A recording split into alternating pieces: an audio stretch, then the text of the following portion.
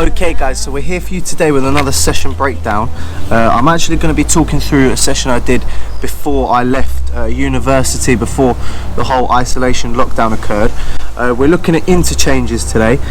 This session is more for the more advanced coaches out there, so looking level 2, going into 11-a-side football really, maybe pushing on to UEFA B.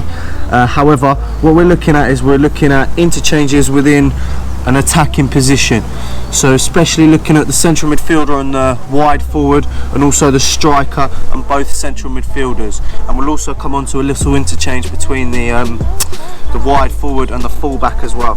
So firstly, looking at the wide forward, what we want to do is we want to try and create as much space as possible for the wide forward to drop in here. Now, one or two things will happen. The fullback will either come with, where the wide forward can play a bounce pass to get an interchange with a central midfielder. If the fullback doesn't come to allow that space, then we're just going to encourage the wide forward to turn on the ball and then attack centrally.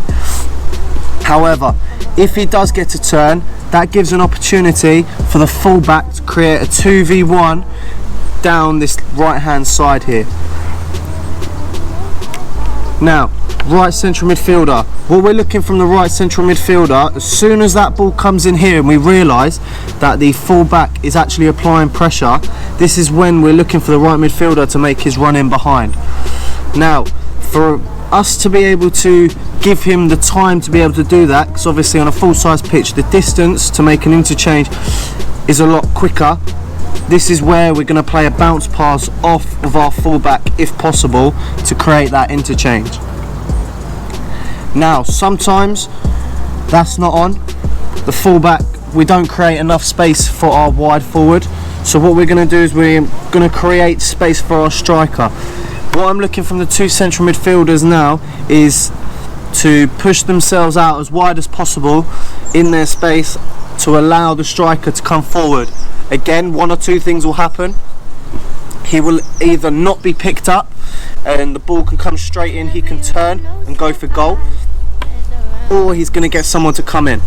This is again where we can either play around the corner pass into the space for our central midfielders to interchange, or we're going to look to play a bounce pass for the number 4 or a supporting central midfielder to play it into that gap to get an interchange between the two centre midfielders, and also bringing the wide player in centrally when we can.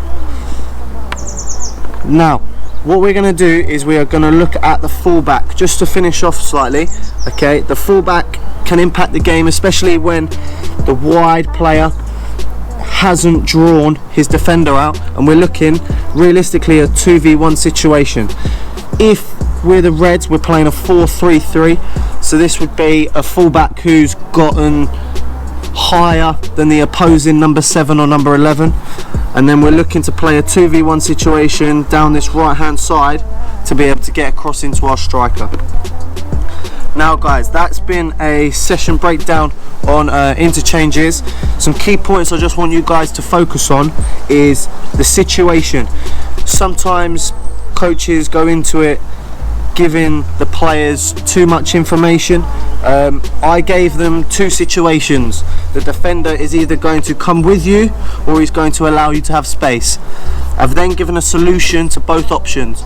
So if he has come with you, then we're looking to play a bounce pass and an interchange. If he hasn't, we're looking for you to turn and go to goal.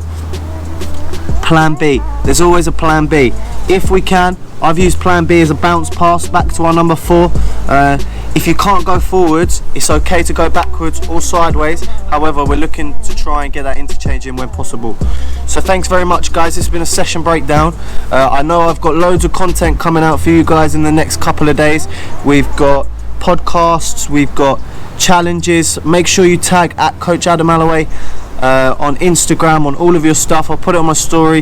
The more sort of awareness and support we get, the more everyone is involved. Thanks guys.